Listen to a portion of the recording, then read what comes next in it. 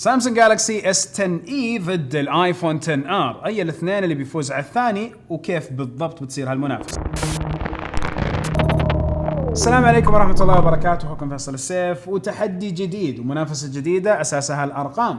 لما نتكلم على جوالين هذه المرة، السامسونج جالكسي S10 e والآيفون 10 R، كلهم يعتبروا الأخ الأصغر لأفضل الجوالات، والأخ الأصغر بطريقة جيدة. فهنا في عندكم ميزات كويسة وهنا عندكم ميزات كويسة. فلو بدينا بهالجوالين اللي أبدعت فيه الشركتين كلها، إيش حنقول على التصميم والبناء؟ التصميم والبناء. تصميم ال S10e يحمل ال DNA حق نفس السلسلة، وهي طبقة زجاجية من الكورنينج غوريلا جلاس 5 بحوافل ألمنيوم وشاشة كاملة أمامية مع ثقب الكاميرا الأمامية، وفي الخلف التصميم المعتاد من سامسونج مع كاميرتين. تصميم الآيفون 10R هو نفس التصميم اللي تقدمه لنا آبل آخر سنتين مع موديلات ال10 اللي هي نفسها الإكس، طبقة زجاجية بواجهة بشاشة كاملة مع نتوء علوي يحوي مجموعة حساسات للتعرف على الوجه، حواف من الألمنيوم متعددة الألوان، كاميرا خلفية بتصميم دائري. الكفة ترجع عند مين؟ التصميم ذوق شخصي، والهاتفين أنيقين جدا، وممكن يكون المفصل هنا هل أنت تفضل النتوء أو الثقب. أبل استخدمت النتوء لإخفاء حساساتها، وسامسونج تخلت عن قارئ القزحية بحيث تقدر تسوي الثقب. الخيار لك. رغم الاختلاف في حجم الشاشات، إلا أنه نسبة الاستغلال في الشاشة أكثر في السامسونج جالكسي 10e، وهذا حيفرق معك في المحتوى، خاصة أنه هنا الحواف تحسسك أنه الجوال ما هو مع الجيل الجديد للجوالات، لأنه في بازلز واضحة، حواف سوداء واضحة. فخلينا نروح لتفاصيل الشاشة. الجالكسي S10e يجي بشاشة 5.8 إنش من نوع الدايناميك أموليد، تشكل 83.3% من الواجهة، تجي بدقة 2280 في 1080 وكثافة 438 بكسل في الإنش الواحد، وكورنينج غوريلا جلاس 5، وتدعم ال HDR 10+، وهذه المرة ما في بصمة مدمجة بالشاشة وإنما زر البصمة على جانب الهاتف. والآيفون 10R يجي بشاشة 6.1 إنش من نوع ال LCD ومسماها Liquid Retina، تشكل 79% تقريبا من الواجهة، وبدقة 1792 في 828 وكثافة 326 بكسل في الإنش الواحد، تدعم الترو تون والوايد كولر جامنت، وسرعة استجابة 120 هرتز لللمس. الكفة ترجع عند مين؟ كل الجهازين يملكون شاشات ممتازة. شاشة ال 10R ممكن تكون الأفضل من ناحية الألوان من فئة ال LCD، لكن الدايناميك أموليد على ال S10e شيء مختلف تماما، تعتبر الأول من نوعها وتقدم مستوى أعلى في الأداء والمتعة البصرية، وأكيد كثافة بكسلات أعلى، ونقدر نقول واجهة أكثر تم شغلها في نفس الجهاز، والدقة أكيد أعلى. فالكفة ترجع عند ال S10e. لو جينا لنقطة النظام، ترى يا جماعة آخر 3 سنوات تغيرت الأمور. فلما زمان كنا نقول أن الأندرويد سيء في النظام، تم اتخاذ إجراءات كثيرة ابتداء من عام 2015-16 من شركة جوجل، وصار نظام الأندرويد فيه حماية أكثر، وخلال هالسنوات صار تطور جذري مما خلى أنه النظام نقطة أساسية للتنافس. خلينا نشوف تفاصيلها. النظام ال S10e يجي بنظام الأندرويد 9 بواجهة السامسونج الجديدة ال One UI، اللي تعتبر قفزة كبيرة من سامسونج. هي واجهة نظيفة عملية خفيفة. أيضا بيكسبي مدعوم كالعادة في سامسونج. الآيفون 10R يجي بنظام iOS 12، أكيد مع الترقيات أول بأول اللي حل عدد من مشاكل الإصدار 11. تم تعديل التنبيهات وتم إضافة تطبيق الاختصارات اللي نشوفه أنه ممكن يغير تجربة استخدامك للجهاز بشكل كبير لو استغليته بالشكل الصحيح. الكفة ترجع عند مين؟ النظام هو أهم نقطة هنا بتحديد جهازك القادم. ضروري تجرب النظامين وتتعمق في مزايا كل منهم، وعليها بيسهل عليك الاختيار. عن نفسي بعطي نقطة لكل واحد منهم، ولكن عشان أسهل عليك المعادلة، إذا جوالك الحالي آيفون، يمكن أنت أنسب تبقى مع منظومة الآيفون كنظام أنت تعودت عليه. تبي تغامر وتجرب نظام مختلف، عندك الأندرويد أكيد بال10e حيعطيك تجربة مختلفة وطرق أكثر للتواصل والاستجابة والتطبيقات وأشياء مختلفة.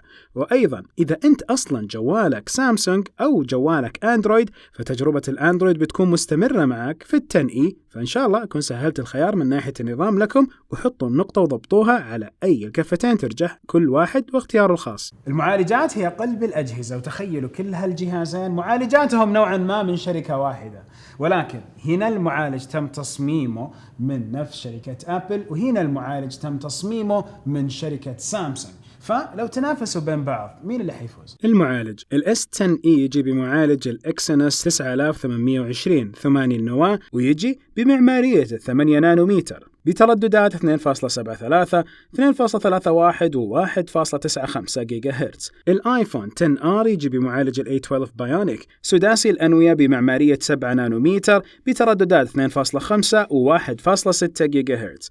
ومعالجات ال A Series من أبل معروفة بقوتها وسلاستها، وكثير ما كانت تحتل الصدارة في اختبارات الأداء. بالمختصر ال S10e يجي بنفس معالج ال S10 Plus، والآيفون 10R يجي بنفس معالج الماكس. الكفة ترجح عند مين؟ المعالجين ممتازين جدا ويقدموا أداء لا يعلى عليه، لكن لو بنتعمق بلغة الأرقام نقول إنه ال A12 حيقدم أداء أفضل حسب البنش ماركس والتستس اللي نسويها، فإذا النقطة تروح لنفس ال 10R مع كامل التقدير لل S10e ومعالج الإكسينوس اللي يعطي أداء جدا ممتاز. وكفة الأمان أيضا موجودة بين الفيس آي دي وبالمصمة اللي موجودة على الجنب، وأيضا نوعا ما فيس آي دي أو بيكتشر آي دي، خليني أقول ما هو بآمن موضوع الصورة. المهم نروح للتفاصيل اللي بقول لكم ليش مو آمن موضوع الصورة. الدخول الآمن. ال S10e يقدم عدة طرق للحماية تختار منها بينها، وهي النمط، الرقم السري، صورة الوجه، والبصمة على جانب الجهاز. وعشان أوضح ترى صورة الوجه غير آمنة حسب الإعدادات، فلا تختارها وترى ما هي بشيء كويس.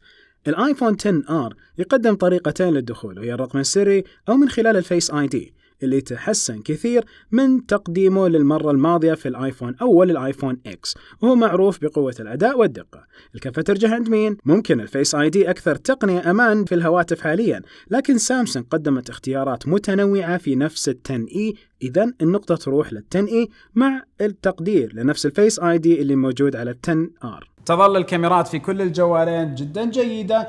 هنا أبل كأنها تحدت نفسها وقالت أنا أقدر أصور صور رايقة بكاميرا واحدة، وهنا سامسونج خلال نفس التقنيات حقتها اللي نزلتها في هذه الكاميرا أعطتنا بعد أفضل للفيديوهات. ففي المنافسة في الكاميرات مين اللي حيفوز؟ الكاميرا. ال S10e يجي بكاميرتين خلفية، الأولى عريضة بدقة 12 ميجا بكسل وفتحة عدسة متغيرة f1.5 وال f2.4، تدعم تقنية البكسل الثنائي. الثانية عريضة جدا بدقة 16 ميجا بكسل وبفتحة العدسة 2.2. جميع هذه الكاميرات تدعم ال HDR التلقائي والمثبت البصري. أما الكاميرا الأمامية في الجالكسي S10e بدقة 10 ميجا بكسل وفتحة العدسة 1.9. الكاميرا تدعم تقنية البكسل الثنائي وتصور بزاوية 80 درجة. الايفون 10R يجي بكاميرا واحدة خلفية 12 ميجا بكسل عريضة بفتحة عدسة 1.8 وتدعم المثبت البصري وال HDR الذكي. والكاميرا الأمامية للايفون 10R هي الترو ديبث بدقة 7 ميجا بكسل وفتحة العدسة 2.2. في التصوير الثابت وبعد مراجعة عشرات الصور نقدر نقول متعادلين، صورة بتطلع أجمل هنا وصورة بتطلع أجمل هنا، لكن الفرق الأبرز بين الاثنين إنه البعد الديناميكي وال HDR بيتفوق في ال 10R بشكل بسيط من نواحي، وأحيانا الاستن بيتفوق في حدة الصورة وتباين الألوان، وكلها أذواق شخصية ومواضيع الألوان تتعدل بأي برنامج تعديل صور. الجوالين يصورون بورتري بالكاميرا الخلفية وبالعدسة الواسعة، وأدائهم متقارب جدا مع الفرق في الألوان، بحيث أن الآيفون يعطي ألوان أكثر طبيعية والS 10e يعطي سطوع أكثر للبشرة بحيث تبرز أكثر من الخلفية. ولازم نوضح أن ال 10R يصور بورتري للبشر فقط، وبعكس الS 10e اللي يصور لك أي شيء بورتري. في تطبيقات طرف ثالث ممكن تضبط وضعك، لكن احنا نتكلم عن تطبيق الكاميرا الرسمي اللي من الشركة الأم، فال10R ما يدعم البورتري إلا للبشر. الS 10e يملك عدسة واسعة وهي بتغير تجربتك بشكل كبير. ال10R ما يدعم عدسة عريضة، فبالتالي يحتاج لإكسسوارات خارجية، وما بيعطيك أكيد نفس نتيجة التقنية المدمجة مثل الموجودة في الS 10e. في تصوير الفيديو من الكاميرا الأمامية الS 10e بيعطي زاوية أبعد، ال10R بيعطيك ألوان أقرب للواقع، وأيضا تفاصيل البشرة تبدو أفضل. في الكاميرا الخلفية تصوير الفيديو أفضل في طبيعة الألوان على الآيفون، لكن الS 10e يقدم ثبات مو طبيعي، الكاميرا ثابتة بشكل ممتاز جدا. الكاميرات الأمامية في الجوالين، لو تكلمنا عن الكاميرات عندكم أكيد في السامسونج جالكسي S 10e الكاميرا الأمامية هي 10 ميجا بكسل. أما لو تكلمنا على نفس الآيفون اللي هو الآيفون 10R فالكاميرا حتكون كم؟ حتكون عندنا 7 ميجا بكسل. شو عجيب الإضاءة هنا، شوفوا كيف الصفاوة في كل واحد من الفيديوين. الحين الزاوية هنا ملاحظين على السامسونج أعرض وأكبر الزاوية، وعندكم في نفس اللهم صل وسلم على محمد ال 10R موضوع مختلف. أنا أجيب نور كذا أغمق، أوكي، لا الأمور تمام. هذه هي الكاميرات الأمامية. ولو شفنا الكاميرات الخلفية، هذه هي الأداء عندكم موجود. حتلاقي موجود عندكم بالتأكيد في ال 10E عندكم عدستين. فشوفوا هنا كل الجوالين حاطهم على نفس الواجهة اللي أمامكم. الآيفون 10R نوعيا العدسة كبيرة قاعدة تأخذ أشياء أكثر. هنا خلينا نغير، هذه العدسة العريضة اللي موجودة في ال 10E. فهنا عندك فرق بين المحتوى وكمية الأشياء اللي تقدر تأخذها أكثر بكثير. رجع للاستوديو. أوكي، لاحظين أشياء جدا كثيرة تفرق لما تأخذ العدسة الأعرض. هنا نرجع للعدسة الثانية وملاحظين الدقة والألوان والأشياء اللي موجودة في نفس هذول الكاميرتين. التكبيرز فرقت صح؟ الكاميرا العريضة دائما أفرق هي تفرق أكثر قصدي.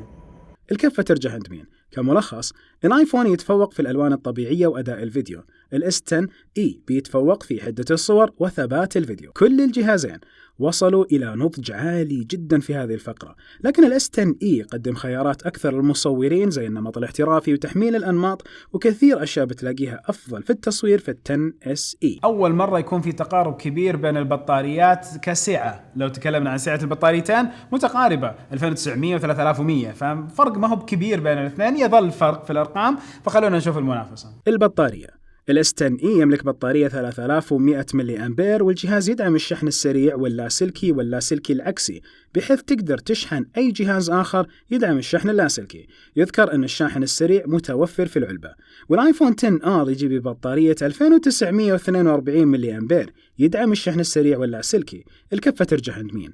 أداء البطارية في ال 10R جيد، لكن الاس 10E يقدم بطارية أكبر، بالإضافة لدعم الشحن اللاسلكي العكسي اللي هو مشاركة الشحن اللي ممكن تساعدك في أوقات الزنقة يعني.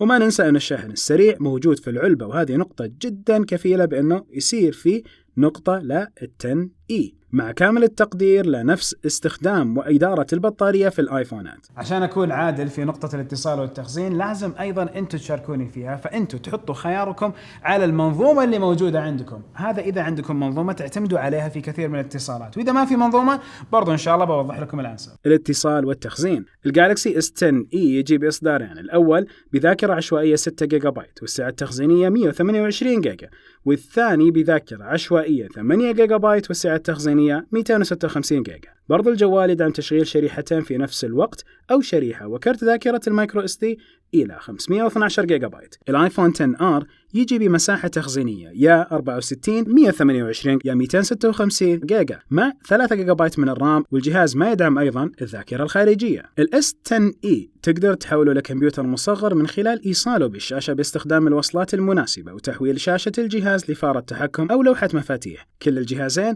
يدعمون ال NFC والبلوتوث 5 والخدمات السحابية المختلفة ودعم الأجهزة من حولهم بشكل متقارب إلى حد ما بسبب النضوج الكبير للنظامين والمشاركة فيهم. الاس 10E يتميز في أنه يدعم شبكات اتصال أسرع، وهذه النقطة تعتمد على المشغلين في المنطقة.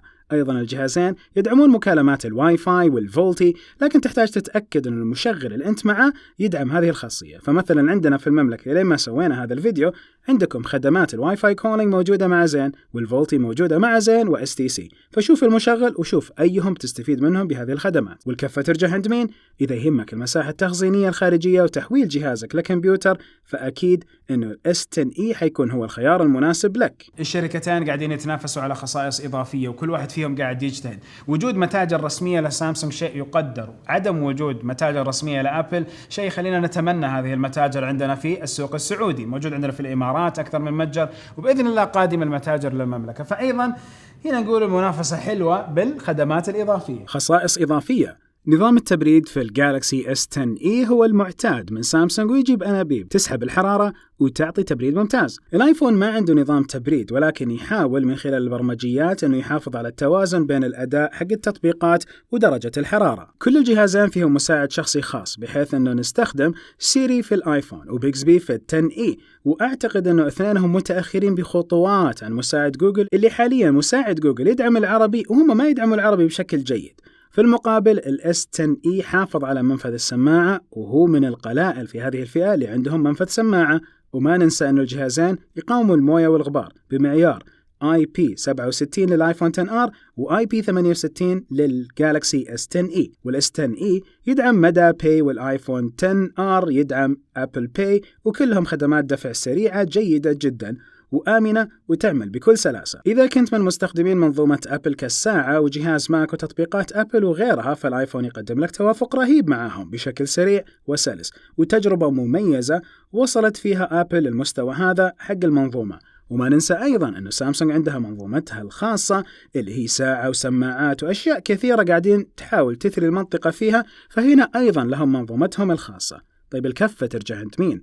من اسمها هي خصائص إضافية قد لا تكون مهمة عند البعض وقد تكون مهمة جدا عند آخرين. عن نفسي بحطها تفضيل شخصي وبعطي كل واحد نقطة لأنه كل واحد اجتهد. الأسعار وخدمات ما بعد البيع.